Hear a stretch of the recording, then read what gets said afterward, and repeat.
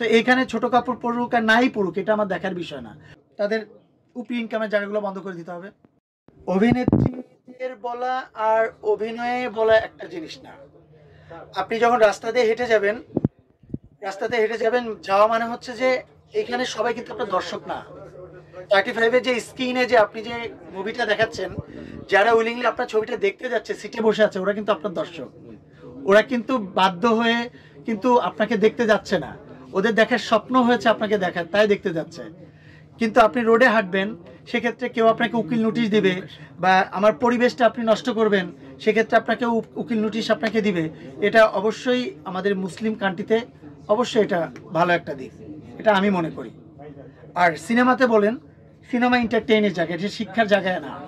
আপনাকে 3 ঘন্টা শিক্ষা যদি দিতে হয়, তাহলে আপনাকে তো ইউনিভার্সিটি আপনার জন্য খুলতে পারতো, আপনি ইউনিভার্সিটিতে যেতেন, সিনেমা হলে যেতেন না। সো এইখানে ছোট কাপড় পরুক আর নাই পরুক এটা আমার দেখার বিষয় না। আমার দেখার বিষয় যে আমার দর্শকরা কিসে এন্টারটেইন হচ্ছে, সেটা আমার সেন্সর সার্টিফিকেট পেয়েই কিন্তু হলে আসছে। সো সেন্সর বোর্ড সেটাকে পারমিশন দিয়েছে। সো এটা নিয়ে আমি কোনো কথা বলতে চাই না। আমাদের বাংলাদেশে ক্রিকেট অলরেডি শেষ, একদমই শেষ। এটা নিয়ে আশা করার কিছু নাই। তার থেকে আমাদের মহিলা ফুটবল টিম অনেক ভালো খেলছে, যাদেরকে আমরা সবসময় কি করি জানেন, আমরা আমরা ভালো জিনিসটাকে না দূরে সরাই দিই, অবহেলা করি সবসময়, আর খারাপটাকে পুঁজি করে সামনে আগাতে চাই।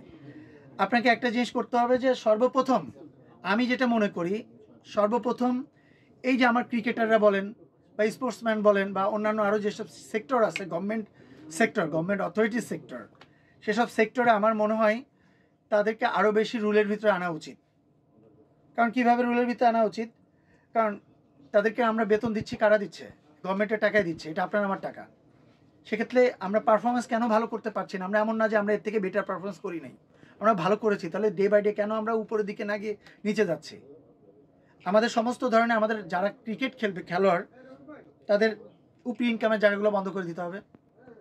যে আপনি যাচ্ছেন অ্যাড করতে, 2টা ম্যাচ ভালো খেলতে না খেলতেই আপনি একটা কোম্পানি অ্যাম্বাসিডার হয়ে যাচ্ছেন, আপনি এখানে উদ্বোধনে যাচ্ছেন, এগুলো উপরি ইনকাম বন্ধ করে দিতে হবে। একমাত্র বিপিএল ছাড়া আর কোনো জায়গা থেকে যাতে কোনো টুর্নামেন্ট খেলে, কোনো অ্যাড করে যাতে টাকা ইনকাম করতে না পারে, যতক্ষণ না পর্যন্ত সে ভালো পারফরমেন্স না করবে, সে ততক্ষণ বাধ্য জাতীয় টিমে খেলে বেতন ভোগ করার জন্য। ঠিক না? আমার কথা হচ্ছে এটা, গভর্নমেন্টের টাকায় যেহেতু নিবে, তাহলে ফুলফিল ফোকাস গভর্নমেন্টের খেলাতে দিতে হবে, ফোকাস আমার জাতীয় টিমে খেলাতে দিতে হবে। সেটা তারা করে না।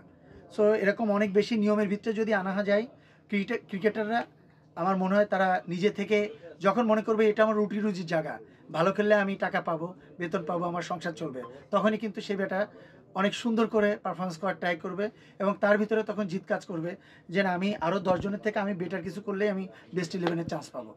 সো আমার মনে হয় আমাদের আরও বেশি রুলের ভিতরে আনা উচিত।